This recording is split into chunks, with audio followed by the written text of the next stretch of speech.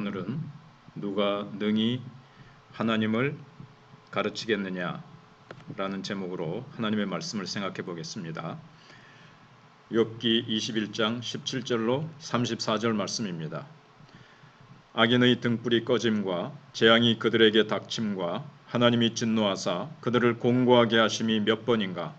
그들이 바람 앞에 건불같이 폭풍에 날려가는 겨같이 되었도다. 하나님은 그의 죄악을 그의 자손들을 위하여 쌓아두시며 그에게 갚으실 것을 알게 하시기를 원하노라. 자기의 멸망을 자기의 눈으로 보게 하며 전능자의 진노를 마시게 할 것이니라. 그의 달수가 닿으면 자기 집에 대하여 무슨 관계가 있겠느냐. 그러나 하나님께서는 높은 자들을 심판하시나니 누가 능히 하나님께 지식을 가르치겠느냐. 어떤 사람은 죽도록 기운이 충실하여 안전하며 평안하고 그의 그릇에는 젖이 가득하며 그의 골수는 윤택하고 어떤 사람은 마음에 고통을 품고 죽음으로 행복을 맛보지 못하는도다. 이 둘이 매 한 가지로 흙 속에 눕고 그들 위에 구더기가 덮이는구나. 내가 너희의 생각을 알고 너희가 나를 해하려는 속셈도 아노라. 너희의 말이 귀인의 집이 어디 있으며 악인이 살던 장막이 어디 있느냐 하는구나. 너희가 길 가는 사람들에게 묻지 아니하였느냐? 그들의 증거를 알지 못하느냐? 악인은 재난의 날을 위하여 남겨둔 바 되었고 진노의 날을 향하여 끌려가느니라. 누가 능히 그의 면전에서 그의 길을 알려주며 누가 그의 소행을 보응하랴. 그를 무덤으로 메어가고 사람이 그 무덤을 지키리라. 그는 골짜기의 흙덩이를 달게 여기리니 많은 사람들이 그보다 앞서갔으며 모든 사람이 그의 뒤에 줄지었느니라. 그런데도 너희는 나를 헛되이 위로하려느냐? 너희 대답은 거짓일 뿐이니라. 어설픈 충고는 약이 아니라 독이 됩니다. 다양한 해석의 가능성이 있는 역사 문제에 하나님의 뜻이란 말을 사용했다가 공경을 치른 한 공직 후보자의 경우에서도 보듯이 아무리 애정을 담았다 하더라도 건조하게 도식화하고 섣불리 판단하여 판에 박힌 정답을 제시하는 것은 얼마나 무례한 일인지 모릅니다.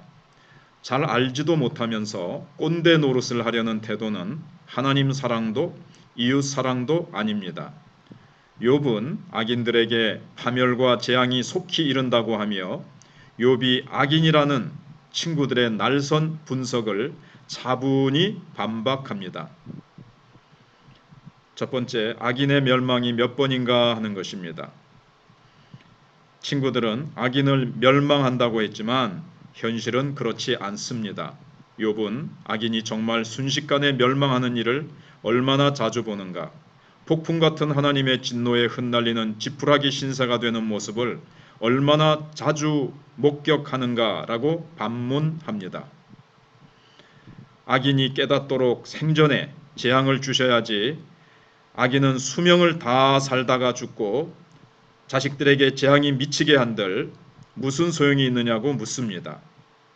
친구들의 인과응보 교리는 매우 유익하고 또 거기에 해당하는 일들이 많지만 현실의 복잡한 상황을 다 담아낼 그릇은 아닙니다. 현실은 그것보다 크고 넓고 다양하며 하나님은 그 교리보다 훨씬 더 지혜롭고 신비로운 분이십니다. 두 번째는 의인과 악인의 마지막은 같지 않은가 하는 것입니다. 친구들은 의인은 번성하고 악인은 멸망한다고 했지만 현실은 그렇지 않다는 겁니다. 생전에 전혀 다른 모습으로 살았지만 죽는 모습은 같은 경우를 볼 수 있기 때문입니다.